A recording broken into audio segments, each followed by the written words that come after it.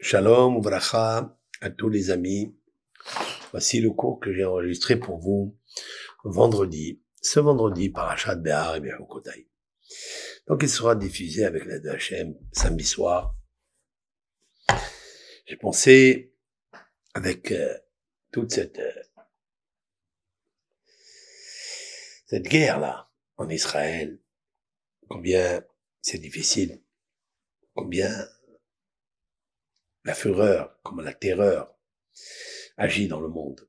Le mal agit dans le monde. Qu'est-ce qu'il nous faut faire pour être sauvegardés des scuds et des roquettes qui viennent dans la nuit, qui viennent dans le jour, des roquettes de feu matériel qui tuent, qui brisent, qui brûlent des maisons, qui tuent des enfants. Et des scuds et roquettes qui sont à l'intérieur de l'homme. L'homme a des scuds aussi à l'intérieur. Ce sont des mauvaises pensées. Comment se libérer de tout ça? Comment essayer de donner une force à l'intérieur de nous sauver, de nous libérer de tous ces scuds intérieurs, car ils sont plus difficiles que les scuds ou les roquettes extérieures.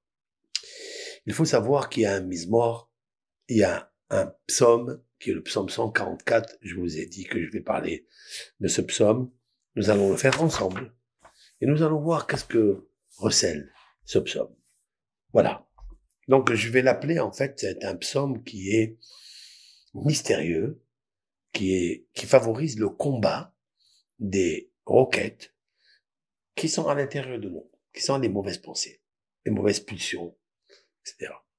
Comment les chasser de nous? Bien sûr qu'on n'a pas Kippat Barzel, hein, le dôme de fer ou le dôme d'or, ou tous ces anti-missiles, anti-scuds, anti-roquettes. Ça, personne ne peut fabriquer, même les ingénieurs les plus grands de ce monde ne peuvent pas fabriquer un anti-Malachamavet. Il faut lire les Tehillim. Il faut se renforcer dans la puissance des psaumes. Le psaume 144 est un psaume pour moi très très bénéfique pour essayer, j'allais dire qu'il est anti-missile et anti-scud avec l'aide de Hachem. Je vais le faire avec vous. De quoi il s'agit? Les David.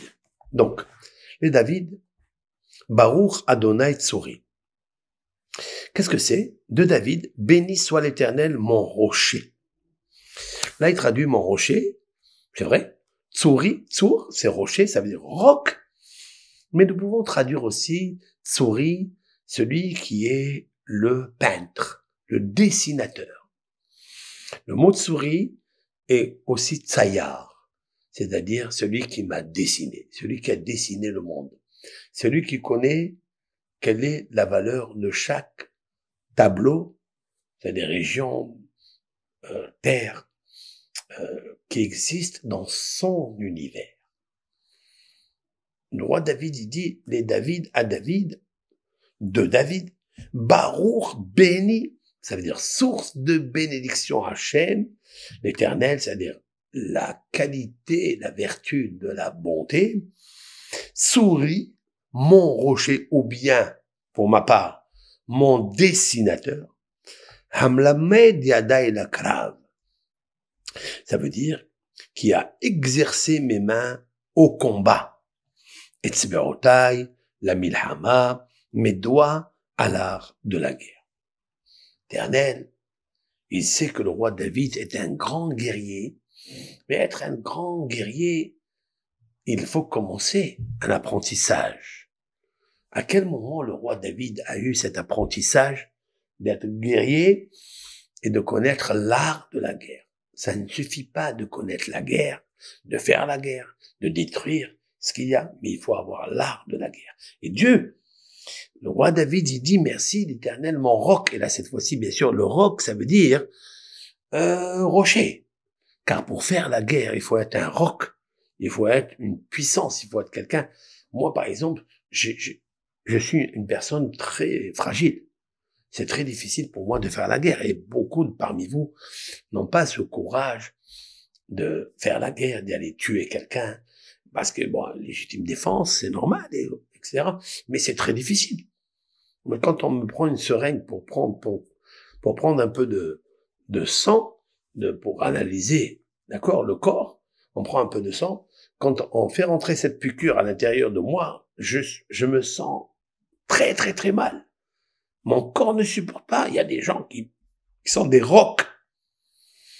Donc j'ai besoin que Hachem, il me donne la force, la puissance comme un rocher. Pour ça, l'Éternel est béni. Mais je pourrais dire aussi, c'est vrai que pour faire la guerre, il faut être un roc. Mais pour faire la guerre, il faut avoir de l'art. Il faut avoir d'imagination.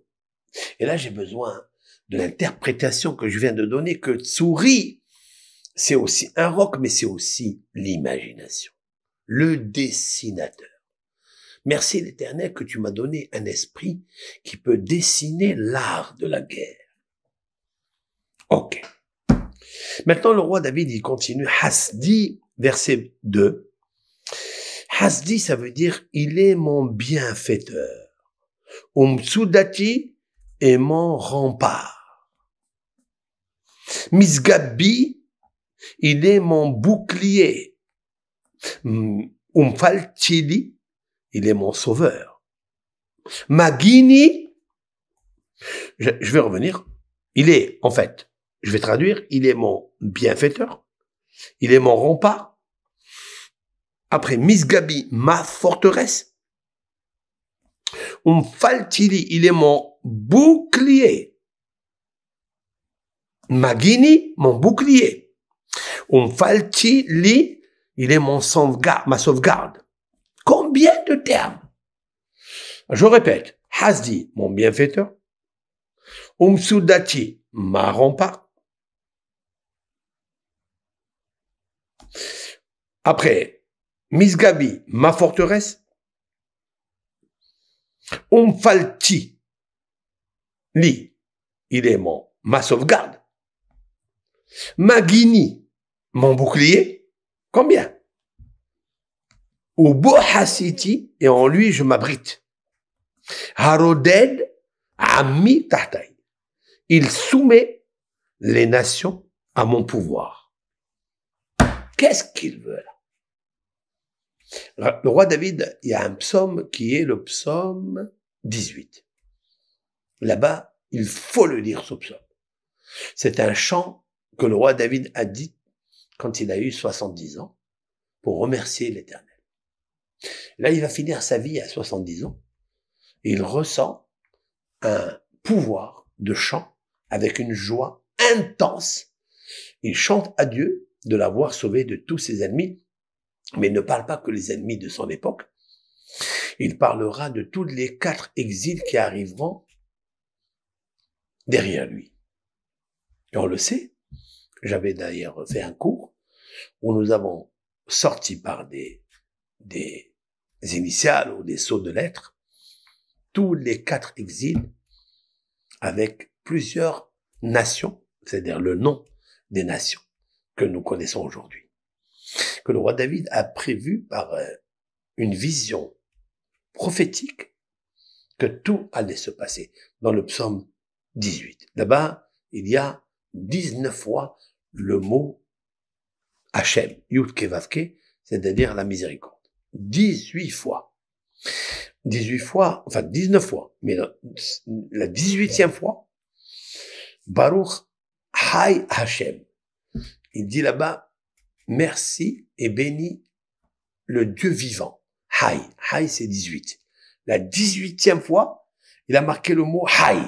C'est incroyable. Ce psaume-là, c'est celui qui étudie ce psaume en profondeur. Il peut trouver là-bas toutes les guerres qu'il y a eu avant, qu'il y a après. Quels sont les exils, quels sont les sauvetages, les sauvegardes, les libérations, les forteresses que l'Éternel a employées avec nous. Et à l'époque, il n'y avait pas ni kippa de Barzel, ni d'hommes, ni kippa d'hommes. Il n'y avait pas tout ça. Et David Ameler parlait Téhilim. Et c'est là où aujourd'hui, dans ce psaume le 144, il est en train de nous dire des choses merveilleuses. Maintenant, nous allons nous arrêter dans ce deuxième psaume Hasdi, Sudati, Misgabi, Fatili, Magini, Ubo Hasiti, Haroded Amim Tahday. Vous avez vu l'image que vous voyez maintenant? Cette image, ce sont les scuds, ce sont les roquettes, ce sont le feu qui descend d'en bas, qui monte en haut, c'est incroyable. Où on est arrivé? C'est quoi cette guerre-là? Ces scuds-là peuvent tuer, Dieu préserve des enfants, peuvent tuer des hommes, c'est vraiment horrible. C'est vraiment horrible. Quand est-ce Hachem qui va nous amener le Mashiach pour arrêter tout ça? Pour arrêter toutes ces roquettes? Nous faisons une requête à Hachem pour qu'il arrête ces roquettes-là. Ça peut tomber dans des maisons, ça peut tuer beaucoup de personnes. C'est quoi cette haine? Quand est-ce qu'il va arrêter cette haine-là? Quel est l'intérêt de tout ça? Où est la crainte de Dieu? Où est-elle? Faites une guerre normale. Qu'est-ce que vous avez avec jeter des scuds, des roquettes de partout, là où ça peut tuer des civils qui n'ont rien fait? Qu'est-ce qu'ils ont fait, ces civils? Qu'est-ce qu'ils vous ont fait? Rien. C'est une haine gratuite. Vraiment gratuite. Mais le plus grand danger et la plus grande requête, c'est la haine gratuite par laquelle le peuple d'Israël a détruit le temple. Le deuxième temple. C'est la plus grande scud et là-bas, elle n'est pas encore guérie. Personne n'a encore créé l'anti-haine gratuite. On essaye de dire que l'anti-haine gratuite, c'est-à-dire Ahavat Hinam, c'est l'amour gratuit. Mais combien de travaux il nous faut faire? Combien de requêtes? Combien de prières nous avons besoin pour ça? Et nous ne sommes pas encore arrivés. Bon, alors les psaumes de David peuvent nous aider avec l'aide du Créateur. Là, je vous ai marqué quelque chose de magnifique. Parce que cette opération s'appelle Mifza, opération qui s'appelle Magen Vehet, c'est-à-dire le bouclier et la flèche. Il y a beaucoup à dire sur ça.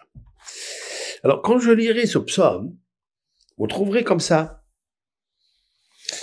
D'abord, nous avons parlé de Magini. Magini, dans le deuxième verset, on a dit Hasdi, bienfaiteur, Mesudati, nous avons dit forteresse, Misgabi, rempart, Palti, sauvegarde, Magini, qui est mon bouclier. Elle s'appelle bouclier et flèche. Magini. Nous allons continuer après. Et c'est marqué dans le verset 6. Berok barak utfitzem shelach itzecha utomem. Il dit quoi? Fais briller des éclairs et dispense mes ennemis. Lance tes flèches et jette le trouble parmi eux. Lance tes flèches. Ce qu'il dit. Berok barak utfitzem shelach. Jette tes flèches, utomem, et jette le trouble parmi eux. Il parle dans le verset 2, Magen. Magen, ça veut dire bouclier. Dans le verset 6, il parle de flèches. Alors, vous imaginez, qu'est-ce que c'est les flèches? Ce sont les flèches qui arrivent de l'aviation et qui détruisent l'endroit où il y a des méchants qui veulent tuer des êtres humains, des gens qui habitent à Tel Aviv, qui habitent à Jérusalem, qui n'ont rien fait, qui n'ont rien fait. Tu veux te combattre, va combattre avec les soldats, avec l'armée. Mais qu'est-ce que tu fais? Pourquoi tu fais des crimes contre l'humanité? Ça c'est absurde. Le roi David a connu ça. Et donc maintenant il prophétise qu'il va y avoir dans l'époque que nous sommes des roquettes. Alors, le roi David, il dit que contre ces roquettes, il y aura Kippat, Barzel, le dôme de fer, et d'autres dômes et d'autres anti-roquettes. Mais où a-t-il parlé ici des roquettes? Il a parlé de Magen Vahetz, puisqu'il parle en haut du bouclier, il parle en bas, dans verset 6, de la flèche que jette Dieu pour troubler les méchants, ou il a parlé des tilim, qu'on appelle en hébreu tilim, qui s'inscrit tête, yud, lamed, yud, mem. Regardez avec moi. Dans le deuxième verset, il dit, Hasdi, donc, mon bienfaiteur, Tsudati, et, comment on va expliquer, Metsudati, ma rempart, Misgabi, ma forteresse, Faltili, ma sauvegarde, ma guini. Regardez ces trois mots. Faltili, je vous ai marqué en noir. Faltili, ça veut dire celui qui me protège. Là, il y a marqué tête, en orange, tête, yud, lamed, yud, mem. Tête, yud, lamed, yud, mem, qui se lit tilim. Tilim, cela veut dire les roquettes. Et comment ça s'appelle la rempart? Ça s'appelle Magidi, Magen. Vous voyez? Magen, et plus bas, il a marqué jette les flèches et trouble leur demeure. Incroyable. C'est incroyable. Dans le psaume, il y a tout marqué. En fait, bien qu'on parle ici d'une guerre qui existe, qui est réelle, mais je voudrais parler de la guerre spirituelle, celle qui est à l'intérieur de nous. Il faut savoir que j'ai besoin de demander à Hachem de me sauver. Il existe des scuds, il existe des roquettes. À l'intérieur de moi, ce psaume-là peut nettoyer, radicalement, oui, toutes les forces négatives qui circulent. Même si un jour, il y a la paix dans le monde, que tout ça s'arrête. Bien sûr que lorsque la justice, lorsque les paroles, parce que tout cela vient à cause que le roi David, il dit d'ailleurs dans le verset 7, Shelach yadecha mimarom. Je vais le traduire. Étends les mains du haut des cieux. D'accord? Petseni ve'atzileni mimaim rabim. Ça veut dire, et arrache-moi du danger, sauve-moi des flots puissants, du pouvoir des fils de l'étranger. Waouh! Il existe le fils Benenechar, le fils des étrangers. Ce sont les idolâtres, ce sont les criminels, ce sont ceux qui veulent tuer pour une idée qui leur appartient, je ne sais d'où ils l'ont sorti, pour tuer des êtres humains, des bébés, une femme enceinte qui marche dans la rue avec ses 4 enfants, c'est les tuer. Pourquoi? Ce sont Benenechar. Et Dieu, il peut nous sauver de ça. Shelach yadecha mimarom, envoie ta main du très haut, petseni, arrache-moi, hatzileni, mimaim rabim, des eaux tumultueuses, des flots puissants, du pouvoir des fils de l'étranger. Quelle est la force?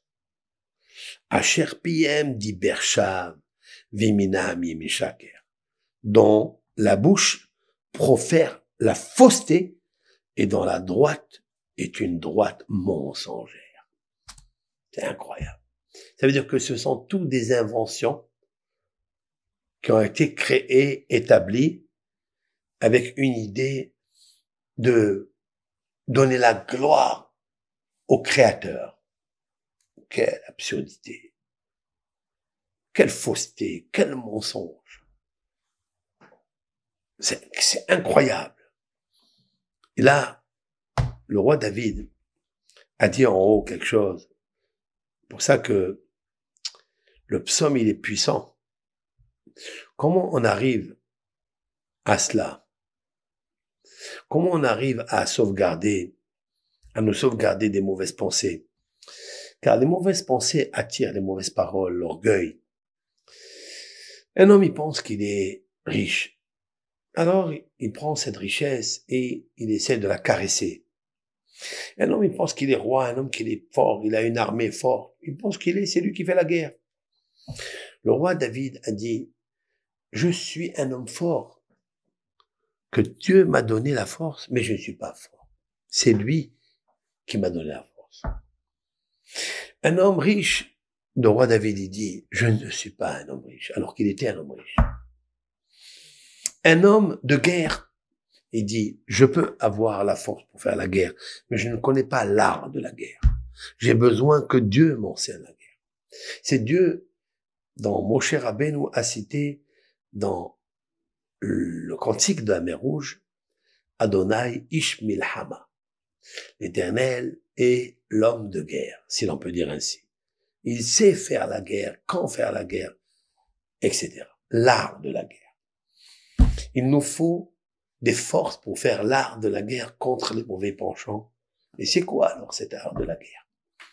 Le Midrash Tehilim relate à ce psaume-là quelque chose de magnifique. Il dit, l'art de la guerre, c'est quoi? C'est un verset que le roi Salomon a cité dans les Proverbes. Dans le chapitre 6, verset 23, il dit quelque chose de magnifique. Bechol derachecha da'ehu, vehu yasher ochotecha. J'explique. Dans tous tes chemins, connais-le. Sache qu'il est là. Alors, il ajustera ton chemin. Là où tu voyageras, c'est pas sûr que ton voyage va bien se passer. Ça n'est pas sûr. Si un homme, il pense que lui, il est riche, qu'il est fort, qu'il a le Waze, qu'il a tout ça, en oubliant que Akadosh Baruch Hu, c'est lui qui guide son pas. D'ailleurs, on prie tous les jours à Mechin Mitzad Gaver, celui d'Éternel, qui nous prépare les pas. Si on n'admet pas ça, si on met pas ça dans notre cœur, on l'imprime pas dans notre cœur, il se passera pas les choses comme on veut. Des fois, on a envie d'aller là, on se trompe de route, on va là. On a perdu peut-être des heures. Le roi Salomon a dit, Bechol derachecha, dans tous tes chemins, tes voyages, tout ce que tu entretiens, Da'eu, il faut que tu le mettes dans ton cœur. Vous avez dit le roi, ah, c'est magnifique ça. Pour moi, c'est un renforcement énorme. Maou, ave notno belibecha. Le roi Salomon il dit, place cela dans ton cœur. Bechol derer she'ata oler. Tout chemin que tu entreprends, c'est-à-dire, tu fais des affaires, tu fais un business, tu fais un mariage, tu fais une association, tu veux faire Shalom Bayit. Il faut que tu dises quelque chose. Hachem, sois avec moi. Tu es dans mon cœur. C'est toi qui réfléchis pour moi. Que chez c'est David. Comme il faisait David. Le roi Salomon, donc le fils du roi David, il dit, pourquoi il faut mettre son Dieu, le placer dans ton cœur pour faire ce que tu dois faire? Parce que David le faisait. Quoi? Hayameler. Le roi David était un roi. Mais Amar, Eni Meler. Et il disait, je suis pas le roi. Hu Meler, Vehu Imlechani. C'est Dieu, l'Éternel, puissant, qui est le roi. C'est lui qui m'a rendu roi. Et c'est marqué, d'ailleurs, dans Shemuel Bet, Vayeda David, et David savait qui est Rino Hachem, que l'Éternel l'avait préparé, les Melech à l'Israël, pour être le roi d'Israël. Il savait. Qu'est-ce qu'il savait? Ça veut dire, il s'est préparé à dire, c'est toi Hachem le roi. Je ne pourrai pas devenir le roi sans ton consentement. Donc le roi David, il savait. Il ajoute le Midrash, Hayakibor. Il était très fort, David Ameler. Mais Amar Enikibor. Il disait, je ne suis pas fort. Haya Ashir. Il était riche. Mais Amar Eni Ashir. Je ne suis pas riche. Mais Amar. Le roi David, il a mentionné, c'est une prière qu'on fait tous les matins. Vaïvarech David et Adonai. Et le roi David a béni l'Éternel devant tout le peuple d'Israël. Et il a dit comme ça, je cite, Lecha, à toi, Adonai, l'Éternel, Hagedula, la grandeur, Hagevura, la puissance, Atif Eret ve'anesaveot, la splendeur, l'harmonie.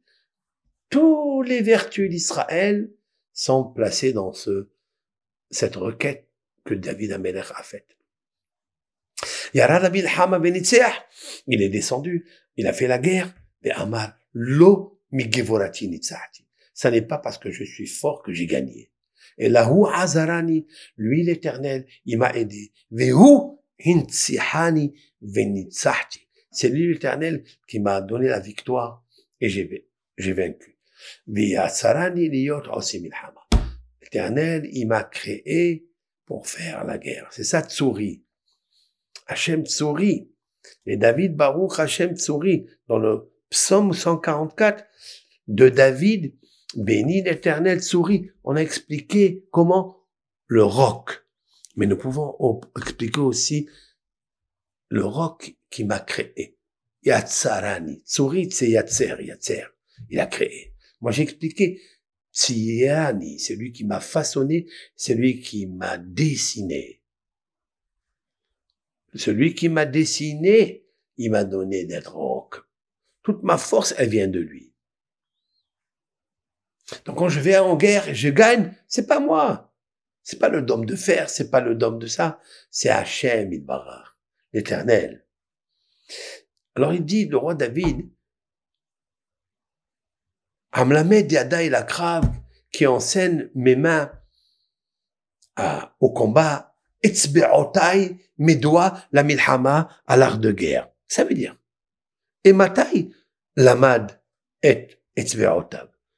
À quel moment le roi David a appris l'art de la guerre? Quel moment? Il est arrivé à un moment, il a fait un apprentissage, il a fait l'armée. C'est quoi? Kesheharakti et Goliath. Quand il a éliminé Goliath. Vous vous rappelez que Goliath est venu et il a dit, celui qui veut se battre avec moi. Alors le roi David était jeune. Il a dit à Shaoul, qui deviendra après son beau-père, peux-tu me laisser, moi, le combattre? Il lui a dit, mais qui tu es, toi? Il dit, moi, je suis le fils de Ishaï.